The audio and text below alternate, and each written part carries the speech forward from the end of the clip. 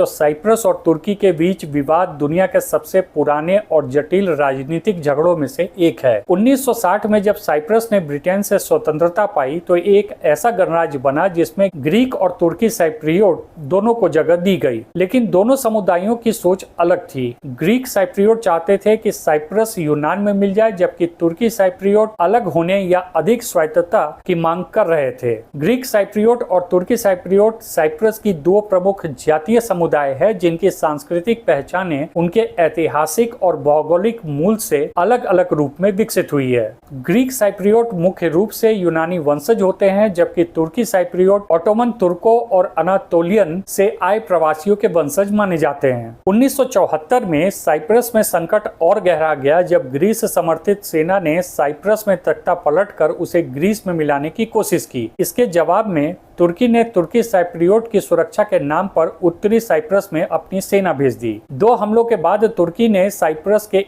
1/3 हिस्से पर कब्जा कर लिया। इस कार्रवाई के बाद करीबन 1.5 लाख ग्रीक साइप्रियटों को उत्तर से भागना पड़ा और लगभग 60,000 तुर्की साइप्रियटों ने दक्षिण से उत्तर की ओर पलायन किया। संयुक्त राष्ट्र ने जल्दी ही एक ग्रीन लाइन नाम का बफर जोन बनाया जो आज भी राजधानी निकोसिया सहित पूरे द्वीप को 2 भागों में बांटता है। यह जोन, जिसे ग्रीन लाइन के नाम से भी जाना जाता है, 180 किलोमीटर तक फैला हुआ है। इसके बाद 1983 में उत्तरी साइप्रस ने खुद को एक अलग तुर्की गणराज्य उत्तरी साइप्रस घोषित कर दिया, जिसे आज तक केवल तुर्की ही मान्यता देता है। संयुक्त राष्ट्र और यूरोपीय संघ सहित पूरी दुनिया आज भी केवल रिपब्लिक ऑफ साइप्रस को ही मान्यता देती है। तुर्की की सैन्य मौजूदगी वाले क्षेत्र को अवैध कब्जा माना जाता है। 1974 के आक्रमण और 1983 की स्वतंत्रता की घोषणा के बाद उत्पन्न हुई राजनीतिक स्थिति आज भी विवाद का विषय बनी हुई है, जहां तुर्की साइप्रियटों के उत्तर और ग्रीक साइप्रियटों के दक्षिण के बीच संयुक्त राष्ट्र का बफर जोन